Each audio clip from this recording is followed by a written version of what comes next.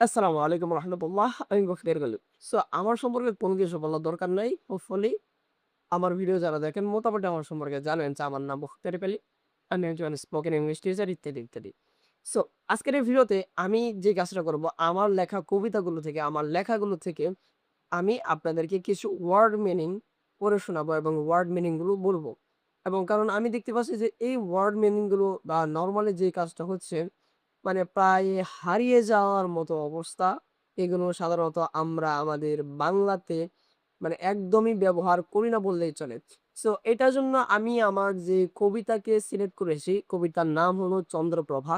So নামটা শুনে বুঝতে পারছেন যে এটা চাঁদের সাথে কোনো একটা কিছু নিয়ে রিলেটেড। সো আজকের এই ভিডিওতে আমরা সেটা নিয়ে আলোচনা করব। So let's dive into the video. So ১ম এ আসুন আমরা দেখি চন্দ্রপ্রভা। এই যে দেখেন মানে কবিতার নামই হলো চন্দ্রপ্রভা। সো এটার মিনিংটা আসলে কি? সো চন্দ্র শব্দটার সাথে সবাই পরিচিত। একটু আগেই বলছিলাম যে এই কথাটা। যে চন্দ্র মানে হলো চাঁদ বা আমরা যাকে দূর আকাশে খুব ভালোভাবে দেখি চন্দ্র। ওইটাকে আমরা বলি চন্দ্র বা চাঁদ। আর প্রভা মানে হলো আলো, জ্ঞান মানে এই টাইপের অর্থে ব্যবহার করে। মানে আলোকিত অর্থে মানে এটা জ্ঞানের দিক দিয়ে হতে পারে, যেকোনো দিক দিয়ে হতে পারে। ওই ক্ষেত্রে আমরা প্রভা শব্দটাকে ব্যবহার করি। সো চন্দ্রপ্রভা মানে হলো এখানে যে মিনিংটা নরমালি সেটা হলো চাঁদের যে আলো ওইটা নরমালি মিন করা হয়। সেই উপেক্ষানে মানে সেইটা ইচ্ছায় আমি এখানে চন্দ্রপ্রভা শব্দটা ইউজ করেছি। That's a great and I really it's my really favorite word. আর এটা যদি আমরা synonym ওয়ার্ড দেখি তাহলে আমরা দেখতে পারি হচ্ছে আ চাঁদনি বা চাঁদের আলো, মুনলাইট এই ধরনের অর্থ আমরা দেখতে পারি। সো আরো অনেক বাংলা আছে আমি এগুলো নিয়ে বলে সময় নষ্ট করতে চাচ্ছি না। সো এরপরে যেটা আছে আ কবিতার লাইনগুলো আমরা পড়ি। আজও আমার এলোমেলো কোঁকড়ানো ভাব নিচেও আঁচড়ানো হয় না। তুমি আঁচড়িয়ে দিবে বল। মানে আবার এলোমেলো হয়ে যে চলবে। দেখছেন তো? এগুলো টোটালি এলোমেলো বেশিরভাগ সময়ই। সো এগুলো আঁচড়ানো হয় না। আমার এই বাদ্যযন্ত্রগুলো আঁচড়ানো হয় না। কেউ একজন এসে আঁচড়িয়ে দিবে বলে মানে ওইটাকে সোজা করে দিবে বা ঠিক করে দিবে, আঁচড়িয়ে দিবে।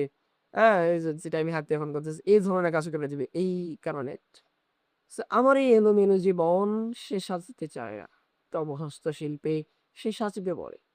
মানে আমার এই এলোমেলো জীবন যে জীবনের কোনো কিছু রুলস নাই, কোনো মেইনটেইনিং কিছু নাই, ওই জীবনটা সাজতে চাচ্ছে না। কেউ একজন মানে তবু হস্তশিল্পে সে সাজবেই বলে। মানে তার বা তোমার হস্তশিল্পে বা হাতের যে শিল্প, তোমার হাতের যে আ কি বলে? হস্তশিল্প ওইটা দিয়ে সাজবে এই ইচ্ছাই এই বলে। এ মন ঘরে ফিরতে চায় না।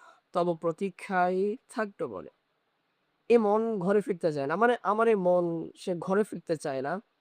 তব প্রতীক্ষায় থাকবে বলে। মানে তোমার অপেক্ষায়। এখানে প্রতীক্ষা শব্দের মানে হচ্ছে আমি যদি একটু মার্ক করে দেখাই আপনাদেরকে এই যে প্রতীক্ষা। সো প্রতীক্ষা শব্দের মানে হচ্ছে অপেক্ষায় থাকা বা তার অপেক্ষায় বা এই টাইপের। সো তার অপেক্ষায় থাকবে বলে মন ঘরে ফিরতে চায় না। এরকম। সো আমার লেখা সহস্র গান সুরহীন তবু প্রতীক্ষায় রয়েছে পড়ে। আমার লেখা সহস্র অনেকগুলো গান সুরহীনভাবে পড়ে রয়েছে। তব প্রতীক্ষায় রয়েছে পড়ে মানে তোমার অপেক্ষায় রয়েছে পড়ে। তব সুরে সে সুরেলা হবে এই উমেদে। সো তব মানে তুমি এটা সবাই জানেন। অ্যান্ড সুরে মানে তো আরো ভালো করে জানেন। আর সে মানে আমার গানটাকে মেইন করা হচ্ছে সুরালা মানে তো বোঝেন খুব সুন্দর সুরে। এ উমেদে। উমেদ মানে হচ্ছে ইচ্ছায়, সেই প্রতীক্ষায়, সেই পাগলতায় মানে সেই দিকে বেহুশ হয়ে থাকে এরকম একটা মিনিং, রাইট? এরপরে দেখেন, মোর হৃদ খরস্রোতা স্তব্ধ হয় না। তব প্রেম বিরহে তব প্রেম বিরহে। মোর হৃদয় খরস্রোতা স্তব্ধ হয় না। তব প্রেম বিরহে। মানে আমার যে হৃদয়ের খরস্রোতা, খরস্রোতা মানে হলো আপনার ওইটা খুবই হৃদয় মানে তো বোঝেনই মানে হৃদয় মানে মন। খরস্রোতা মানে হচ্ছে খুবই ধারালো স্রোত। এমন স্রোত যা মানুষকে মানে দেখেই দেখা মাত্রই ভয় করে এটা যেন আমাকে ডুবিয়ে নেবে, এটা যেন আমাকে তলিয়ে ফেলবে। এরকম একটা স্তব্ধ মানে হলো শান্ত। আ এটা সবাই জানেন যে এটাকে আমরা ইংলিশে calm বলি CALM calm হয় না তব প্রেম বিরহে। প্রেম মানে তো সবাই বোঝেন এটা এক্সপ্লেইন করার কিছু নাই। বিরহে মানে হলো মানে বেদনায়, রিক্তির বেদনায়, হারিয়ে যাওয়ায়, না পাওয়ায় এরকম অর্থে ব্যবহার করা হয়। আর বিষাদ মানে হলো যেটা আ মোর এ মন তব প্রতি মোরে মনে তব প্রতীক্ষার ধ্বনি বাজে বিষাদে সুরেমা। মানে আমারই মনে প্রতীক্ষার ধ্বনি বাজে। ধ্বনি মানে শব্দ, বাজে মানে বেজে ওঠে, আওয়াজ ওঠে বিষাদ সুরে। মানে বিষাদ মানে হলো আপনার কি বলে? আপনি যেটার সুর মানে যেটার কোনো স্বাদ নাই, ঐরকম একটা যে সুরটা শুনতে ভালো শোনায় না, এখানে এই অর্থে ব্যবহারটা রয়েছে। সো যেটার কোনো স্বাদ নাই, যে জীবনের কোনো স্বাদ নাই সেটার জন্য আরকি। সো বিষাদের সুরে মানে যেই সুরে শুনতে ভালো শোনায় না, ঐরকম সুর আরকি। সো এরপরে দেখেন, আমারই ক্ষুধার্ত মন সে জানতে চায় শত কিছু। তবুও সে অনীহা প্রকাশ করে। মানে ক্ষুধার্ত মন মানে হচ্ছে খুব হাংরি মাইন্ড। সে জানতে চায় শত কিছু মানে অনেক কিছু সে জানতে চায়। তবুও সে অনীহা প্রকাশ করে। এরপরেও সে অনীহা মানে অস্বীকৃতি প্রকাশ করে। সে জানতে চায় না, জানতে চেয়েও জানতে চায় না। কেন জানতে চায় না? তব মহাকাব্য সে জানবে ক মানে তোমার মহাকাব্য সে জানতেই পারে। আমার এই মন তব মহাকাব্য জানবে, এই ওমেদে শিখেছে জানতেছি। মানে মহাকাব্য মানে হলো কাব্য মানে হলো কবিতা। আ বড় ধরনের কবিতাকে বলা হয় মহাকাব্য। যে কাব্য দ্বারা আমার অনেক বড় কবিতা এবং এটা খুবই মিনিংফুল এবং মানুষের মন জেগে মানে কবিতার লাইন অনেক বড় হবে।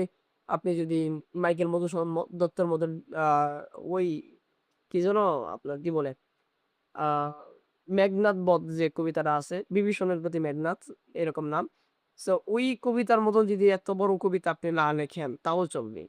আপনার ওইটা মহাকাব্য খুবই সুন্দর, খুব মিনিংফুল একটু বড়সড় এরকম হয় আরকি। এটাকে মহাকাব্য বলে।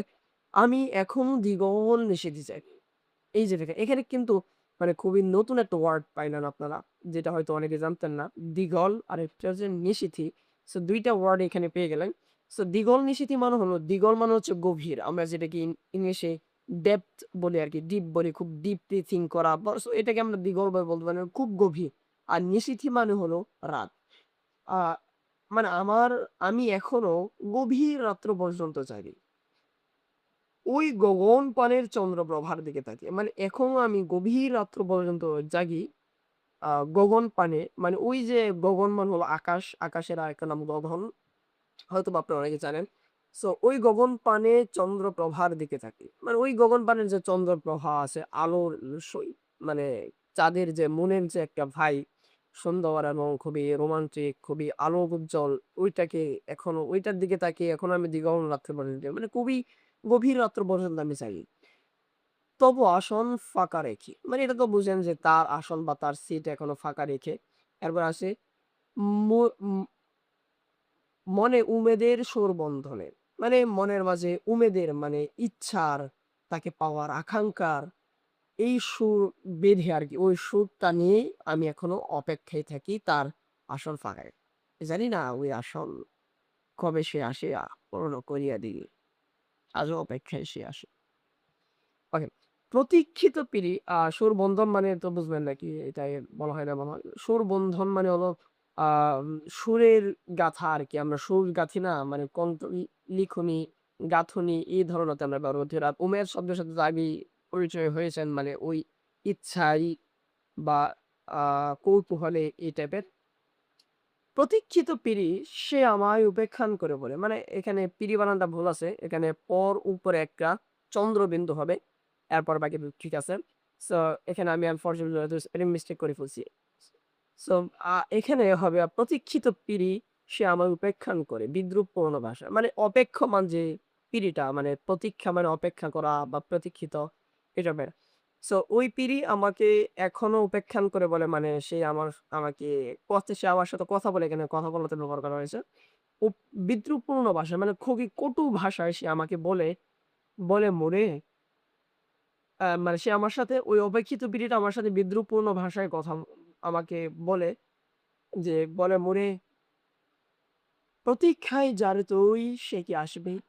যার অপেক্ষায় তুই সে কি আসবে? প্রতীক্ষা শব্দের মানে হচ্ছে অপেক্ষায় থাকা। Hopefully you know the meaning already. So তবু পাশে বসে দেখতে ওই দূর নীলিমার এখানে স্পেলিংটা একটু মিস্টেক হয়ে গেছে। দূর এখানে নীলাম্বর হয়ে গেছে। এখানে নীলাম্বর হবে না সম্ভবত। প্রবাবলি এটা নীলিমা হবে। ওইটা নীলিমাই হবে। এখানে নীলাম্বর না। সো এইখানেও একটা স্পেলিং মিস্টেক করে ফেলছি। আমি স্পেলিংটা সঠিকটা আমি স্ক্রিনের মধ্যে দেখাচ্ছি। প্লিজ এখানে একটু কারেক্ট করে নেন। সো অনেক সময় লেখার সময় আপনি যখন লিখবেন, সো অনেক সময় এরকম হয়ে যায় আনফরচুনেটলি স্পেলিং গুলো মিস্টেক হয়ে যায়। তারপরে যেটা আসে চন্দ্রপ্রভা তো জানেন যে আর নীলিমা মানে হলো ওই আকাশ, আকাশটাই। আর নাকি তার আসন খালি হইয়া থাকবে চিরকাল। নাকি তার যে আসন সেটা চিরকাল মানে ব আ সা অনন্তকাল সারা জীবন খালি হইয়া থাকবে। এটা খুবই অসহায় এক কোণে মানে তাকে ছাড়া পড়ে থাকবে আরকি এরকম। সো বলো মোরে প্রিয় কি জবাব দেব তার পাশে। আমাকে তুমি বলে দাও কি জবাব দিই আমি তার পাশে। যে ওই যে পিড়ি আমাকে উপেক্ষণ করে বিদ্রূপপূর্ণ ভাষায় যে কথাগুলো বলে সেটার জবাব আমি কি দিলে? সে প্রশ্ন দিয়ে কবিতা শেষ। সো এটা আমি লিখছিলাম হচ্ছে ১ই মে ২০২৬ এ মানে এই বছরের ১ম পহেলা মে ওই সময় আমি লিখছিলাম। সো এটা চন্দ্রপ্রভা নামে লেখা। খুবই আমার কাছে ভাল লাগে কবিতাটা। আমি প্রায়শই এই কবিতাটা শুনি। আমার কাছে এই কবিতাটা ভাল লাগে। স্পেশালি এখানে যে মিনিং গুলো আমি ব্যবহার করছি, চন্দ্রপ্রভা, এরপরে প্রতীক্ষায় এগুলো আ আ খুবই আমাদের সমাজে এত ব্যবহার করা হয় না। তারপরে উমেজ, বিষাদের সুর। সো এরপর আরো অনেকগুলো কবিতা আছে ওইগুলো নিয়ে আমরা পরবর্তী ভিডিওতে আলোচনা করব। Hopefully this video was really helpful for you. And if you like the video, don't forget to hit the subscribe button and like the video. See you in the next video, inshallah, with another poem or another topic. So, assalamu alaikum warahmatullah.